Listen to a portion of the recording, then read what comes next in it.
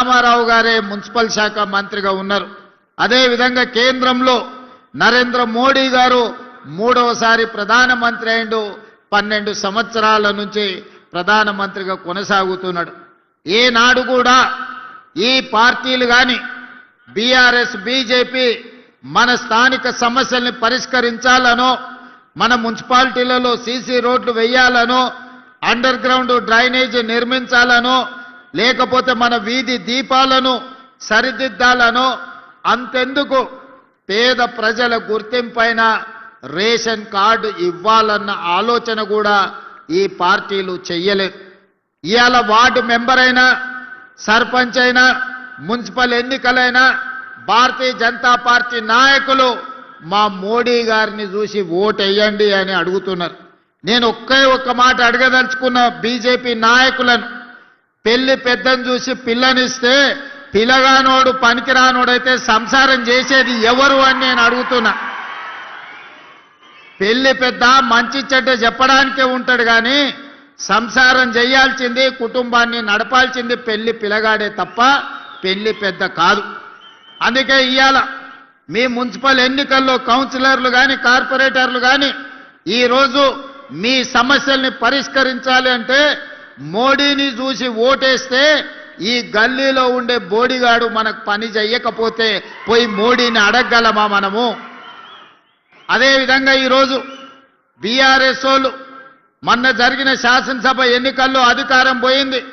ఆ తర్వాత పార్లమెంట్ ఎన్నికల్లో గుండు సున్నా వచ్చింది.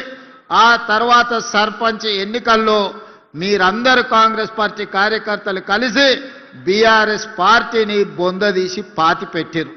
ఇక మా వల్ల కాదు కాంగ్రెస్ వాళ్ళతో గెలుచుడు, కాంగ్రెస్ తో పోటీ పడుడని బీఆర్ఎస్ వాళ్ళు పోయి ఈ రోజు అడ్డా మీది పైల్వాన్లను బీజేపీ వాళ్ళను అరువు తెచ్చుకున్నారు.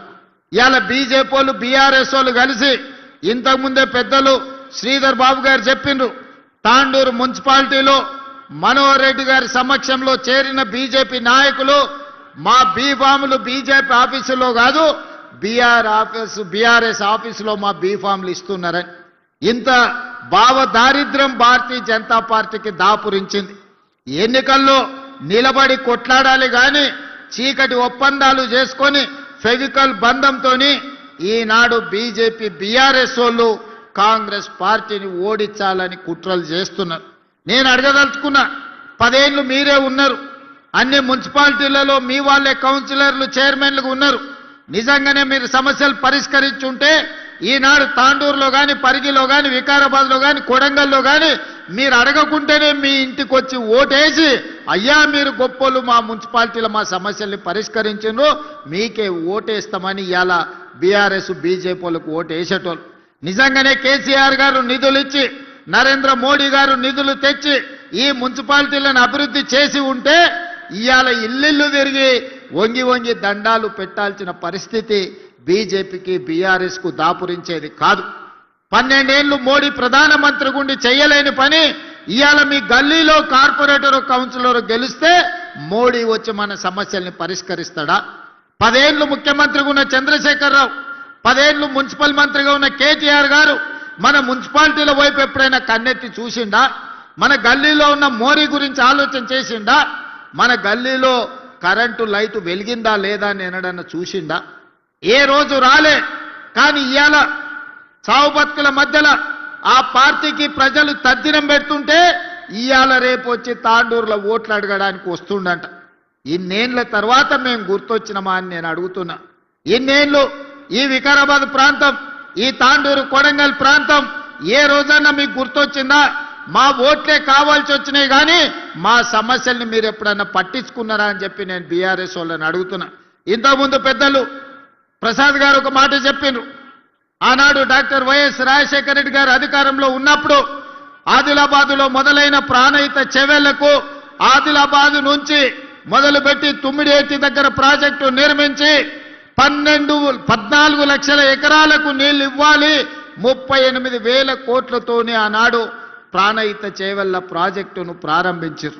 చేవెళ్లలో శిలాఫలకం వేసినప్పుడు డాక్టర్ వైఎస్ రాజశేఖర రెడ్డి గారు చేవెళ్లకే కాదు వికారాబాద్ తాండూ పరిగి ప్రాంతానికి కూడా గోదావరి జలాలు రావాలి, ఎడారిగా మారిన మా ప్రాంతాన్ని అభివృద్ధి చేయాలి, ఎల్లకాలం మేము కల్తీ కళ్ళు తాగాల్సిందేనా, మేము కందులు వండించుకొని బతకాల్సిందేనా అని చెప్పి ఈ ప్రాంత రైతాంగం డాక్టర్ వైఎస్ రాజశేఖర రెడ్డి గారిని అడిగింది. 2009 ఎన్నికల సందర్భంగా కొడంగల్ ఎన్నికల ప్రచారంలో భాగంగా రాజశేఖర రెడ్డి గారు గోదావరి జలాలను కొడంగల్ వరకు తీసుకొస్తా అని ఆనాడు మాట ఇచ్చిండ్రు. ఆ తర్వాత వందల కోట్ల రూపాయల పనులు జరిగినాయి. చేవెళ్ల చుట్టుముట్టూత ప్రాంతంలో గోదావరి జలాలు తీసుకురావడానికి ప్రాజెక్టు పనుల మీద వందల కోట్ల రూపాయలు ఖర్చు పెట్టిండ్రు.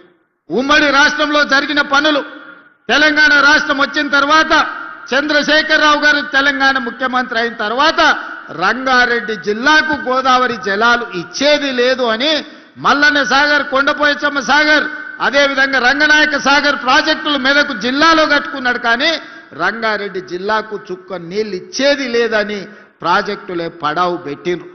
ఇలా సజీవ సాక్షిగా ఎవరైనా మీరు హైదరాబాద్ వెళ్తుంటే చేవెళ్ల చౌరస్తా దగ్గర ప్రాణహిత చేవెళ్ల ప్రాజెక్టు శిలాఫలకం అక్కడ కనిపిస్తుంది చూడండి. ఆ నుంచి 4 కిలోమీటర్ల లోపలికి పోతే అండర్ గ్రౌండ్ టన్నెళ్లు చేసిన పనులు ఎక్కడొక్కడనే నిలిచిపోయి కనిపిస్తున్నాయి.